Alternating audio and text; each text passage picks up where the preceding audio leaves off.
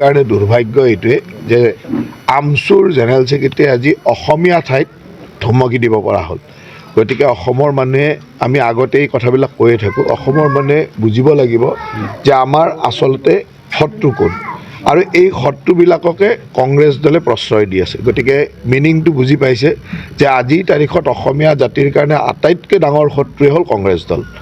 কংগ্ৰেছ তাৰ লগে লগে AUDF-এ কওক, ৰাইজৰ দলে কওক, লুৰিণ গগৈ পাৰ্টীয়ে কওক, সকলোতো এটা পাৰ্টীয়ে আৰু একেলগে আছে। গতিকে সকলোৱে লগ হৈ অসমীয়া জাতিৰ কাৰণে এটা ভয়াৱহ ইংগিত আনিছে।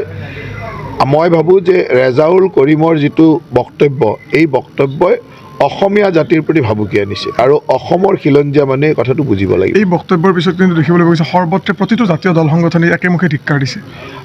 সেইকাৰণে জাতীয় সংগঠনবিলাক সেইবিলাক জাতীয় দায়িত্ব আৰু মই ভাবোঁ যে জাতীয় দায়িত্ববিলাক সংগঠনবিলাকে পালন কৰিছে।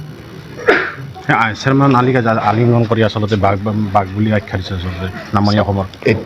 এতিয়া ডাঙৰ কথাটো হ'ল যে আগ্ৰাসনকাৰীবিলাকে এতিয়া এই ধৰণে কথা ক'ব পৰা হোৱাটোৱেই আমাৰ কাৰণে ভয়াৱহতাৰ ইংগিত আৰু তাৰ কাৰণে বিজেপি দল লাগিব, নৰেন্দ্ৰ মোদী ডাঙৰীয়াৰ দৰে শক্তিশালী নেতা লাগিব, তাৰ কাৰণে হিমন্ত বিশ্ব শৰ্মাৰ দৰে শক্তিশালী নেতা লাগিব, যাৰ জৰিয়তে এইসকলক আমি দমন কৰি ৰাখিব পাৰিম।